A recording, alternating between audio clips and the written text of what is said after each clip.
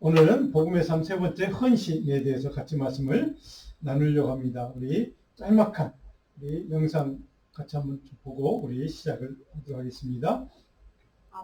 남수단에서 온 고 이태석 신부의 두 제자가 한국 전문의 자격시험에 최종 합격했습니다. 인제대학교 백병원에 따르면 2024년 제67차 전문의 자격시험 합격자 2,727명 가운데 이태석 신부의 제자인 토마스 타반 아콧과 존 마이앤 루벤이 포함됐습니다. 두 사람은 내전으로 인해 제대로 의료 서비스를 보장받지 못하는 남수단에서 의료 활동을 이어가기 위해 외과와 내과를 선택한 것으로 전해졌습니다. 영화 울지마 톤즈로 잘 알려진 고 이태석 신부는 2001년 남수단 시골마을 톤즈로 가서 선교, 의료, 교육 활동을 펼치다 대장암으로 48세에 선종했습니다. 여러분 잘 아는 인물이시죠? 우리 울지마 톤즈라고 하는 한국 방송에서도 영화로도 만들어진 그런 주인공인데요. 아깝게 저분은 의사입니다. 의사인데 뒤늦게 캐톨릭 사제가 되어서 이제 신부님이 되어서 아프리카 수단이라는 나라에 가서 선교 활동을 하고 암으로 아깝게 2010년도에 돌아가신 참 아까우신 분입니다. 근데 그분이 어렸을 때 제자들이었던 그 두 분이 한국에 와서 유학을 하고 의사가 된, 자격 전문 의사가 된 그런 이제 열매가 맺혀진 그런 이야기를 아마 유튜브에 보시면 저분들의 이야기가 계속 많이 나와 있더라고 보시면 좋겠는데요. 자, 제가 이 영상을 여러분 잘 아는 고인이 되신 이분의 이야기를 제가 보면서 한 분의 신실하신, 물론 캐톨릭이긴 하지만 신부님이 사랑과 헌신의 삶을 통해서 놀라운 열매와 변화를 일으킨 현장을 우리는 저 영상을 통해 우리는 볼 수가 있습니다. 그러니까 그리스도인으로 살아가면서 헌신의 삶을 산다는 것, 그것은 곧 누군가를 바꾸는 일, 또 누군가에 좋은 영향을 주는 일, 또 그것이 뭐하면 하나님의 나라를 이 땅에 이루는 일에 헌신하는 일이 된다는 사실. 저는 저 신부님의 이야기를 통해 저는 깨닫게 됩니다. 저 신부님을 통해서 많은 그 수단이라는 나라에 정말 그 어렵게 살아가는 나라의 젊은 어린 학생들, 그리고 저분들이 이제 자라서 저렇게 의사가 되고 또 저렇게 자기 나라에 돌아가서 자기가 받았던 혜택을 자기 동족에 나누는 그런 열매의 선순환, 의의 선순환, 복음의 능력의 선순환, 이런 것들을 좋은 영향을 주는 그런 이야기를 통해서 우리는 그리스도인이 어떤 점에서 다른가를 우리는 보여주는 참 좋은 모델이기도 합니다. 우리가 살아가면서 느끼는 것 한 가지, 이것은 뭐 대부분이 마찬가지일 거라고 생각하는데요. 모든 인간은 본질적으로 지극히 자기 중심적이고 이기적입니다. 뭐 저를 포함해서 우리 인간은 그런 존재입니다. 자신의 뜻이나 자신의 생각이나 자신의 욕망이나 자신이 품은 인생의 목표에 모든 것을 투자하고 헌신하며 살아가는 존재가 우리 인간입니다. 그래서 다른 사람이나 혹은 사회 공동체를 위한 공적인 삶에는 매우 무관심한, 별로 관심이 없는 그런 삶을 살아가는, 자기중심적인 삶을 살아가는 사람들이 대부분 우리 인간들입니다. 그런데 우리 저 신부님처럼 저분의 헌신의 삶처럼 우리 주님은 저와 여러분들이 우리 그리스도인들에게 서양 사람들과는 전혀 다른 삶을 살기를 요구하십니다.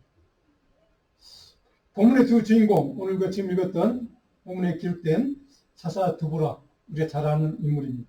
그리고 그의 장군 바락. 이 두 사람이 이스라엘 백성들, 자기 조국, 자기 백성들을 위해서 품었던 그런 사랑과 꿈과 그런 민족을 위한 그런 헌신, 바로 하나님의 말씀이다 절대적인 순종과 신실한 믿음과 헌신, 이것을 통해서 저들은 자기 나라 백성들을 살리는 그러한 통로로, 구원의 통로로 쓰임받았던 것을 우리는 잘 알고 있습니다. 나라와 민족을 살렸을 뿐만 아니라 40년 동안 그 이스라엘 땅에 참된 평강의 삶을 가져왔다고 성경은 우리에게 증언해 주고 있습니다. 사순절기 우리가 지나면서 우리들이 이번 한 주간 동안 좀 깊이 생각해 볼 인물 또 주제를 같이 나누려고 합니다. 우리가 그리스도로 이 시대를 살아가면서 드보라와 바락처럼 나는 우리 주님 그리스도를 향한 헌신의 삶을 나는 살고 있는가? 어떻게 해야 그런 헌신의 삶이 가능한가? 함께 깊이 묵상해보고 각자 우리 자신의 헌신의 삶에 대해 다시 한번 점검해보는 기회가 됐으면 좋겠습니다. 우리가 이 시대를 그리스도를 살아가면서 우리 주님 그리스도를 향한 헌신의 삶을 살아가고 있는가? 이것이 오늘 나누고 싶은 주제입니다. 오늘 본문은 우리가 인생을 살아가면서 진정으로 우리가 헌신할 대상은 누구인가? 헌신할 대상이 어떤 존재인가를 정확하게 깨닫는 것이 참 중요하겠다.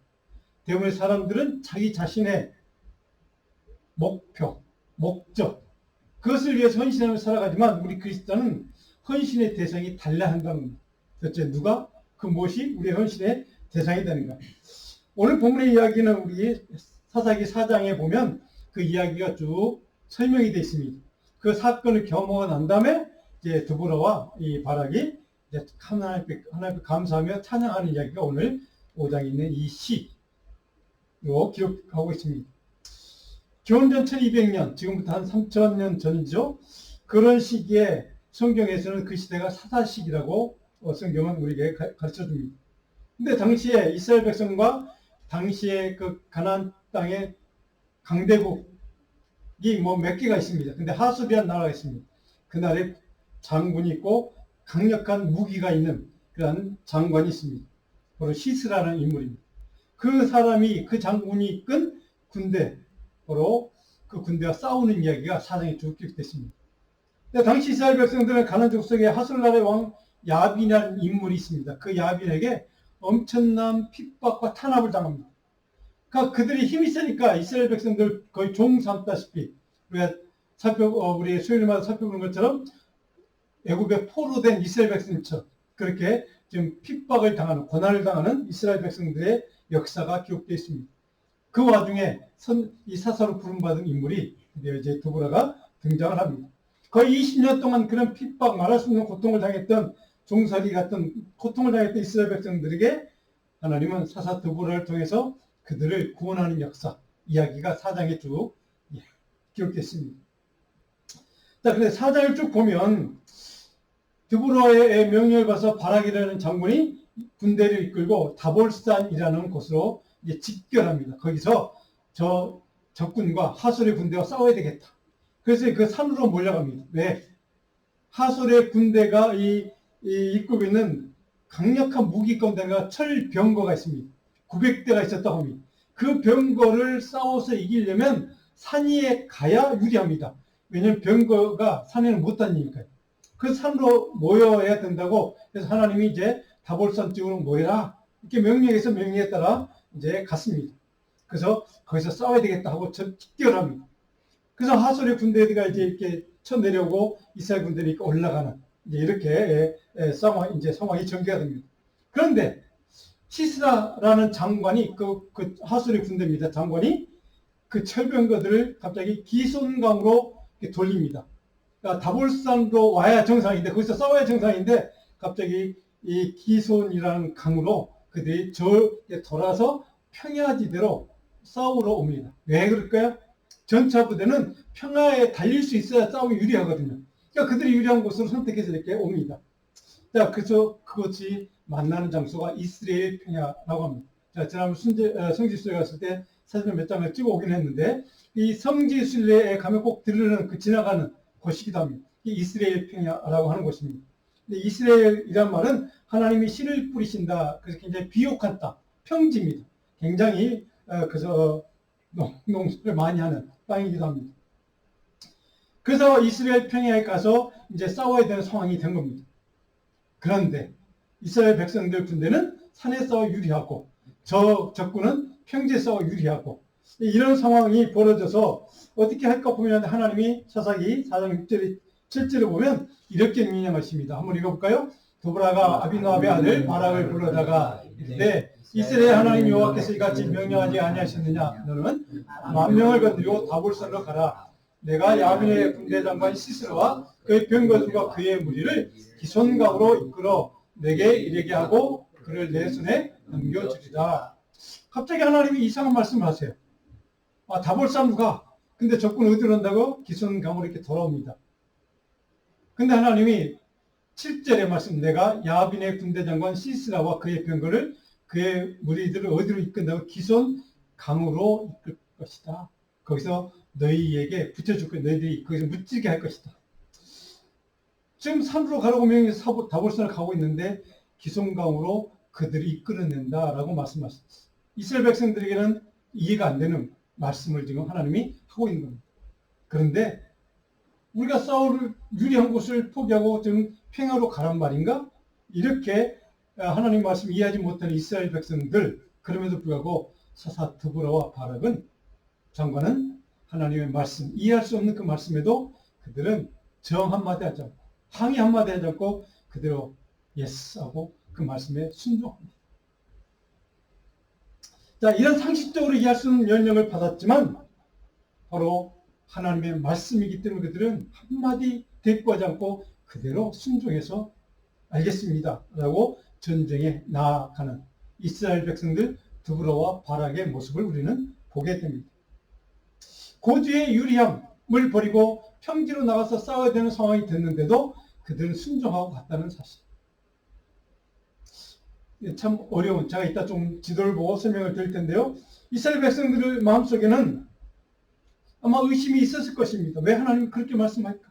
왜 우리에게 불리한 싸움을 하라고 하실까? 지금 유리한 지역에 싸워도 지금 우리가 이길까 말까 한데 왜 그렇게 하실까? 하나님에게는 계획과 뜻이 있었기 때문입니다. 이스라엘 백성들 마음속에 하나님은 하나님의 능력과 지혜만 온전히 신뢰하고 의지할 때 어떤 일이 벌어지는가를 우리가 보게 될 것이다. 이것을 그들에게 가르쳐주고 싶었던. 그래서 우리는 이 지도를 통해 우리 전쟁의 상황을 보면 이해할 수 있습니다. 인간의 전략과 지식과 지혜와 방법이 아니라 오직 하나님의 방법과 하나님의 뜻에 따라서 승리하는 법을 배우려는 겁니다. 하나님의 능력과 인도와 도심만이 내가 의지할 대상이고 내가 신뢰하고 죽게 헌신하는 삶을 살 때 하나님 어떤 일을 우리에게 허락하시는가를 너희가 직접 목격하고 경험하게 될 것이다.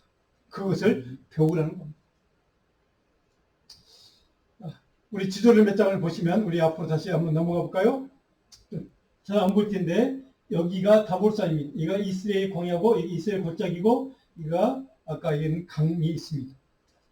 얘가 갈보아산 지금 여기에서 이스라엘 백성들이 좀 여기에 다볼산으로 몰려가는 상황입니다. 근데 여기 하술은 바로 이쯤 있습니다. 그 다음에 이렇게 돌아서 이렇게 이스라엘 골짜기 이렇게 돌아오는 겁니다. 평야로 오는 겁니다. 자, 그런데 그 다음 주도 보시면 자, 이게 하술의 나라의 군대고 여기 지금 다볼산입니다. 이스라엘 백성들은 여기서 이렇게 다볼산으로 가는 중인데 하술이 이렇게 돌아서 기손강이 여기 있습니다. 기손강물 쪽으로 이들이 이렇게 돌아오게 만듭니다. 평야로 와야 되니까.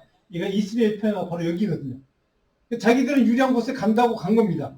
근데 사사기 4장에 보면 하나님이 어떤 일을 벌여주시는가?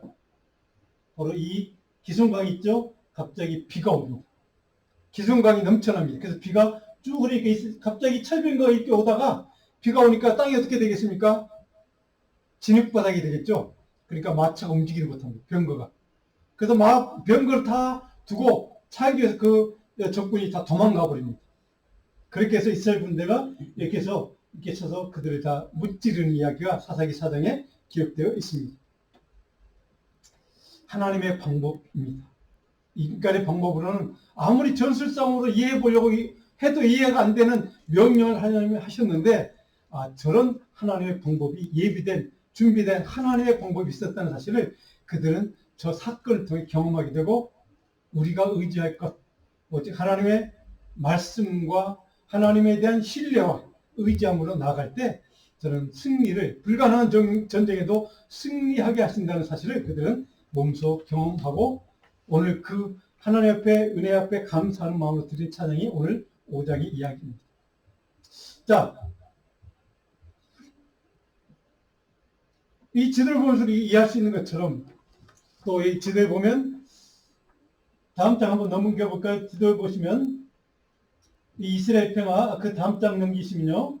자, 이 전쟁이 얼마나 유명한 전쟁이었으면 바로 지오다노 루카라는 그 화가인데요. 시스라의 승리, 시스라 적군의 이름입니다. 시스라의 승리라고 해서 그 장군이 얼마나 위대한 장군을 저렇게 화가가 그림을 그릴 정도로 유명한 장군을 그 군대를 이스라엘 백성들이 전쟁에서 이겨버린 겁니다. 이 사건이 사사기 4장과 5장의 이야기 내용입니다. 사랑하는 여러분, 이 전쟁은 하나님께 속한 것임을 이 사건을 통해 우리는 깨닫게 됩니다. 사무엘상 17장 4절에 블레셋 군대와 정말 부관한 전쟁에서 싸워 이겼던 다윗이 이렇게 고백하는 말씀이 있습니다. 또 너의 권하심이 칼과 창이 있지 않음을 이 인물에게 알게 하리라. 전쟁은 여호와께 속한 것이니라. 그가 너희를 우리 손에 넘기시리라. 바로 이 원리가 여기에도 그대로 적용되는 말씀입니다. 하나님 말씀 앞에 좀 이해할 수 없는 말씀이지만 그 말씀 앞에 순종하고 헌신했을 때 어떤 일이 벌어지는 것을 성경은 전해주고 있습니다. 사랑하는 성도 여러분, 본문에 기록된 사사 드보라, 장군 바락, 그들의 삶은 어떤 삶이었는가? 그들은 누구를 위한 헌신을 하고 있는가? 그들의 헌신의 삶이 어떤 결과를 만들어내는가? 오늘 본문은 우리에게 크게 두 가지로 좀 말씀을 같이 나누고 은혜를 같이 살펴보려고 합니다. 자, 첫 번째, 신실한 믿음으로 그들은 자발적으로 헌신하는 삶을 살았다는 겁니다. 자발적으로. 자, 5장 1절, 2절 우리가 읽었던 말씀은 이날에 드보라 아비노함의 아들 바락이 노래에 이르되, 자, 드보라, 우리가 잘 아는 이름을, 우리 딸 이름도 드보라인데 바로 그 유명한 여사사 가운데 유일한 여성이었던 사사. 자, 그런데 이 드보라의 이름이 원래 그 동사가 있습니다. 드보라 이름이 원래 원형 동사라고 하죠. 다바르입니다. 다바르는 하나님이 말씀한다는 겁니다. 하나님이 광야에서 말씀하신다. 그래서 다바르, 영어로 speak라고 얘기합니다. 하나님 약속하시는 뜻이죠. 광야 40년 이스라엘 백성들이 하나님의 약속을 받았던 그곳 광야, 거기서 하나님이 말씀하신 곳, 그래서 광야를 미드바르라고 단어로 그렇게 표현합니다. 하나님이 말씀하는 곳, 하나님이 약속하는 곳, 바로 그런 삶을 살았던 인물이 바로 사사 드보라였던 것이죠. 하나님의 말씀을 대언하고 하나님의 말씀을 증언하고 하나님의 약속을 선포했던 그 사사의 말을 들었던 이스라엘 군대 장관과 모든 백성들의 삶이 저런 결과를 만들어냈다는 사실입니다. 사랑하는 여러분, 근데 그의 군대 장관 아비노함의 아들 바락이라는 인물이 기록되어 있습니다. 바락은 번개불이라는 뜻입니다. 이름 자체의 의미가 번개불. 근데 그 아버지 아비노함이라는 아버지 이름까지 지금 본문에 기록되어 있습니다. 아비노함, 아버지의 이름은 바로 My father is delight. 내 아버지는 기쁨을 주는 분이다. 내 아버지는 기쁨이다. 라는 이름의 뜻을 가진 분이 바로 바락의 아버지였습니다. 자, 무슨 뜻일까요? 두 사람이 기꺼이 자원한 마음으로 하나님의 말씀, 이해할 수 없는 말씀이지만 그럼에도 불구하고 순종했던, 그저 그 순종을 따라 모든 군대들이, 이스라엘 군대들이, 백성들이 다 순종하고 나아갔던 그 삶의 자리에 하나님이 주시는 기쁨과 감격과 감사가 흘러 넘치게 됐던 뜻입니다. 사랑하는 성도 여러분, 바로 이것이 오늘 저와 여러분들의 삶이 되기를 간절히 축복합니다.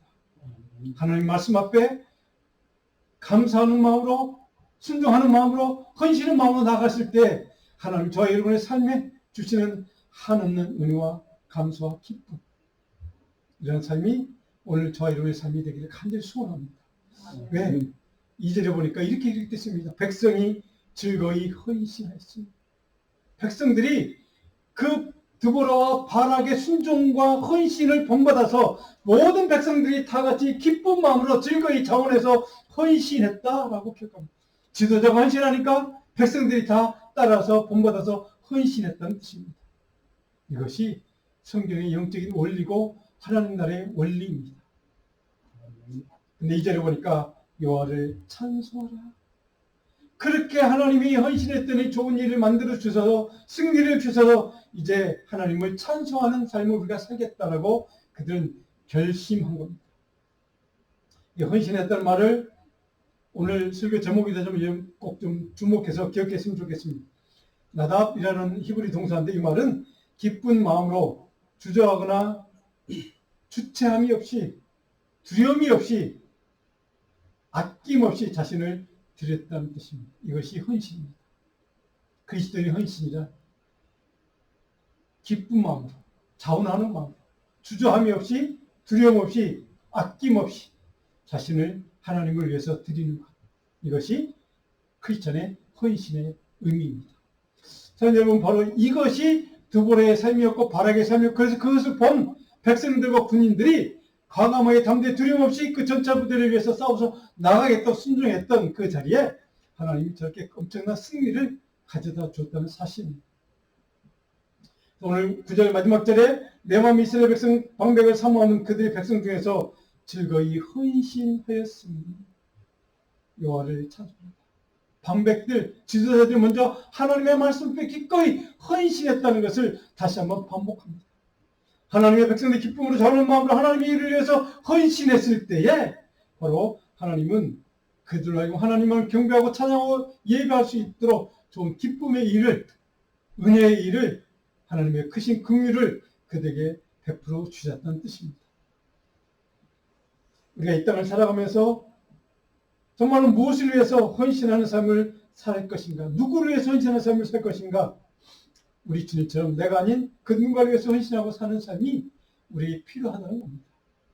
그래서 그 사람은 긍휼한 마음으로 바라보고 사랑하는 삶을 사는 것, 하나님의 은혜에 대해 감사하고 헌신하며 긍휼한 마음으로 누군가를 품을 수 있는 삶을 사는 것, 그런 하나님의 사람 기꺼이 자발적으로 헌신하는 삶을 사는 것, 신실하고 충성스러운 하나님의 백성을 사는 것, 그런 삶의 자리에 하나님은 이스라엘 백성들을 승리케 하신 것처럼 기쁨으로 하나님 앞에 찬양하고 감사하게 하신 것처럼 저 여러분의 삶에도 놀라운 하나님의 긍휼과 은혜를 베푸실 줄 믿습니다.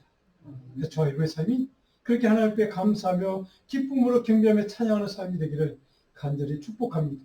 오늘 두 번째로 5장 3절로 8절 자발적인 헌신의 삶을 가능케 만드는 능력의 근원이신 하나님만 의뢰하는 것, 하나님만 믿고 의지하고 신뢰하는 것이 필요하다는 겁니다. 3절에 보니까 너희 왕들 통치하더라 이스라엘의 하나님 여호와를 찬송하라. 자, 여기에서 내가 만일에 드보라였다면, 내가 바락 장군이었다면 그 큰 위대한 승리를 거두어 사람들이 나를 막 칭찬하고 정말 좋은 사사요, 좋은 군대 장관이라고 칭찬했을 거 아닙니까? 그러면 내가 좀 우쭐해서 그래, 내가 그를 대접받을 자격이 있지, 너희들의 칭송받을 자격이 있지라고 그렇게 교만했을 것 같습니다. 근데 오늘 드보라와 바락은 전혀 그런 게 없습니다. 오히려 너희 왕들은 통치하더라 이스라엘의 하나님 여호와만을 찬송하라. 여호와만을 경배하라. 오직 여호와만은 하나님의 이름만을 드높이라. 이렇게 찬양하고 있습니다. 그래서 사사기 5장 31절 마지막 절에도 이렇게 기록합니다. 주의 원수들은 다 이와 같이 망하게 하시고 주를 사랑한 자들은 해가 힘있게 돋음같이 하옵소서. 하나님, 당신이 주님이 그렇게 만들어 주셨습니다. 하나님만을 사랑하는 사람을 이렇게 해밌게 해가 돋는 그런 용솟는 그런 힘을 주셔서, 능력을 주셔서 하나님께서 이 큰 전쟁의 승리를 우리에게 허락해 주셨습니다. 하나님이 하신 일입니다. 이 전쟁은 하나님께 속한 전쟁이었습니다. 사랑하는 여러분, 5장 31절의 마지막은 이렇게 기록합니다. 그 땅이 40년 동안 평온했다. 주를 사랑하는 자들을 위해서 하나님이 이렇게 은혜와 긍휼과 복을 부어주셨다는 겁니다. 주를 사랑하는 사람은 어떤 사람입니까? 드보라와 바락처럼 하나님의 이해할 수 없는 명령이었지만, 받아들일 수 없는, 쉽게 상적으로 납득할 수 없는 말씀이었지만, 그럼에도 불구하고 거절하지 않고 그 말씀 그대로 따라서 순종한 사람, 그런 삶을 살았던 사람, 그래서 자기의 모든 삶을 그 말씀에 순종함으로 자기를 헌신할 줄 알았던 사람, 그런 사람을 통해서 놀라운 승리를 하게 하시고 그 삶을 기쁨으로 하나님을 예배하며 경배하는 삶을 사도록 그들을 이렇게 축복하셨다는 사실, 그뿐 아니라 그들의 삶의 자리, 그 나라가 40년 동안이나 큰 평강을 누리게 됐다는 사실. 오늘 사순절을 지나면서 십자가를 묵상하면서 그런 생각을 했습니다. 내 삶의 문제, 내가 정말 누구를 위해서 헌신해야 하는가? 내가 누구를 위해서 헌신하는 삶을 살아야 하는가? 드보라와 바락처럼 오직 예수 그리스도 나를 위해서 거부하지 않고 십자가를 져주심으로, 피 흘려주심으로 나를 구원해 주셨던, 나를 살려주셨던, 생명의 영원한 구원의 은혜를 주셨던 그 주님, 그분이 내가 헌신해야 될 유일한 대상이라는 사실. 그리고 내가 그분의 이름만이 드러나기를 원하는, 하나님의 이름만이 드러나기 원하는, 하나님만의 찬양받기 원하시는, 경배받기 원하는 것이 내 헌신의 목적이 되어야 한다는 사실.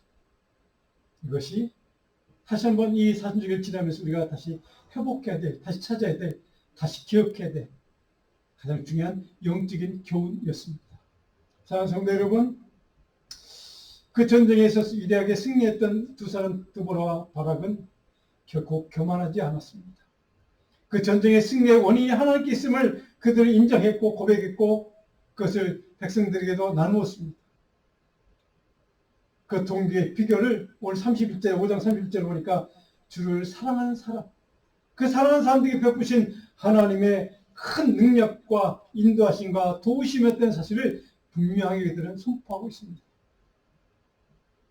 그들의 헌신의 대상은 하나님이었고 바로 그들의 헌신의 목적은 오직 하나님의 이름이 드러나는 것, 하나님의 영광이 드러나는 것, 바로 그것이 그들의 헌신한 삶의 목적이었다는 뜻입니다. 여기 해가 힘있게 뒀다. 그렇게 강력한 힘을 얻도록 만들어 주셨다. 근데 이 말의 동사가 가바르라는 동사입니다. 이 말은 뭐냐면 지배했다는 뜻입니다. 하나님의 능력이, 하나님의 도우심이, 하나님의 간섭하심이, 하나님의 개입해 주심이 그들의 삶을 지배했고 그 전쟁을 지배했고 그래서 그들은 위대한 승리를 얻을 수 있었다는 뜻입니다. 사랑하는 성도 여러분, 저와 여러분의 삶이 하나님의 능력이, 하나님의 말씀, 하나님의 긍휼이 지배하기를 축복합니다. 하나님이 지배하는 삶.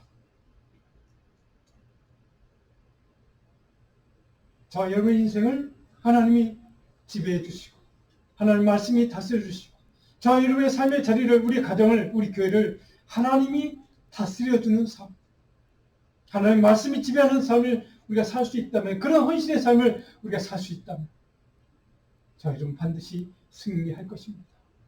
그리스도의 은혜와 영광과 기쁨으로 저와 여러분의 삶을 채워주실 것입니다. 사랑하는 성도 여러분, 그래서 드보라가 위대한 인물입니다. 바락 장군이 그래서 위대한 인물입니다. 저희의 삶은 바로 그런 인물이 되어야 합니다. 시편 110편 1절 7절 말씀 가운데 3절을 보면 이런 말씀이 있습니다. 같이 읽어볼까요? 주의 권능의 날에 주의 백성이 거룩한 옷을 입고 즐거이 헌신하니 새벽 이슬 같은 주의 청년들이 주께 나오는다. 5절 주의 오른쪽에 계신 주께서 왕들을 쳐서 깨뜨릴 것이고, 주께 헌신하는 사람들을 위해서 하나님이 어떻게 하십니까? 원수 대적 왕들을 쳐서 깨뜨려 주신다는 겁니다. 그렇게 도와주신다는 겁니다. 그렇게 은혜를 주신다는 겁니다. 주님의 헌신하는 삶을 사는 사람, 하나님의 말씀이 지배하는 삶을 사는 사람은 이렇게 하나님이 먼저 기쁨을 허락하는, 우리에게 긍휼을 주시는 그런 싸움을 싸워주신다는 겁니다. 사랑하는 성도 여러분, 저희 여러분의 인생에 참 어려운 일들, 장애물들이 참 많습니다. 내가 싸우니 참 힘듭니다. 그렇죠? 그것들과 대적해서 맞서 싸우려니까 힘도 들고 이기도 어렵고 내 삶은 점점 꼬여갑니다. 이것이 대부분의 사람들의 세상의 삶을 살아가는 그 모습들입니다. 우리 그리스도인들에게, 하나님의 사람들에게는 더불어 바랐죠. 우리의 삶이 내가 아니라 하나님의 말씀이, 하나님의 능력이 지배하는 삶을 살 수 있습니다. 그런 은혜를 주셨습니다. 그런 은혜를 살도록 하나님에게 십자가의 은혜를 주신 겁니다. 저 여러분의 삶이 정말로 하나님의 말씀이, 십자가의 은혜가 지배하는 삶으로 가득 충만하기를 간절히 축복합니다. 그런 삶을 살 때 우리에게 어떤 일이 벌어집니까? 에베소 5장 1절로 2절에서 바울 사도는 이렇게 간증합니다. 같이 한번 읽어볼까요? 에베소 5장 1절 2절 같이 한번 읽습니다. 에베소입니다. 그러므로 사랑을 받는 자녀같이 너희는 하나님을 본받는 자가 되고 그리스도께서 너희를 사랑하신 것 같이 너희를 사랑 가운데서 그는 우리를 위하여 자신을 버리사 향연 제물과 희생제물로 하나님께 드리셨습니다. 왜 성경에서 배우는 진리는 간단합니다. 성경 말씀을 요약하면 하나님을 사랑하는 겁니다. 이것이 진리입니다. 이것이 복음입니다. 그 하나님의 사랑하는 사람들을 위해서 하나님이 저렇게 예수 그리스도를 통해서 우리를 구원하기 위해서 희생제물로 스스로 헌신해 주셨고, 그 헌신이 없었다면 우리가 어떻게 영원한 구원과 생명을 누릴 수 있겠습니까? 하나님이 예수 그리스도를 통해서 스스로 죽임당하는, 피 흘려주시는 그런 자기 희생과 헌신을 해주셨기 때문에 우리가 구원받은 거 아닙니까? 바울사도는 그것을 강조합니다. 그런 사람들에게 너희도 사랑 가운데서 행하라는, 그리스도의 사랑의 헌신이 없이는, 십자가의 사랑의 긍휼이 없이는 우리가 어떻게 구원을 받을 수 있겠느냐. 그 은혜를 받은 너희들은 그러므로 너희도 이웃에게, 세상에게 그 사랑으로 행하라. 이것이 하나님의 말씀으로 가득 찬, 하나님의 말씀이 지배하는 삶을 사는, 그런 은혜의 삶을 사는, 말씀의 능력으로 사는 하나님의 사람의 삶, 저와 여러분의 삶인 줄 믿습니다. 사랑하는 성도 여러분, 우리의 삶의 자리에 우리의 삶도 말씀으로 지배하는 삶이 될 뿐 아니라 우리가 그렇게 살아가면, 우리가 그런 말씀으로 순종하고 사랑을 행하며 살아가면 우리 사는 지경, 우리 가족뿐만 아니라, 우리 가정뿐 아니라 우리 이웃, 우리 지역사회가 바락과 두고라처럼 나라와 민족을 살리는 그런 은혜와 능력으로 하나님께서 채워주시는 기쁨의 자리로 바꿔주신다는 사실을 기억하십시다. 그리고 그 말씀을 기억하고, 내 삶의 자리에 하나님이 말씀이 다스리고 지배하는 내 삶이 되면, 내가 그렇게 믿음으로 살아가면, 그렇게 사랑으로 행하가면 하나님이 나를 통해서 저와 여러분을 통로를 삼아서 우리 지역사회, 이 땅에 하나님 놀라운 말씀이 지배하는 나라, 하나님 은혜가 긍휼이 충만한 그런 땅으로, 기쁨이 충만한 나라로 그렇게 바꿔주실 줄 믿습니다. 저는 그런 삶을 사는 저와 여러분 되기를 간절히 축원합니다. 그런 교회가 되기를 다시 한번 축복합니다. 기도하겠습니다.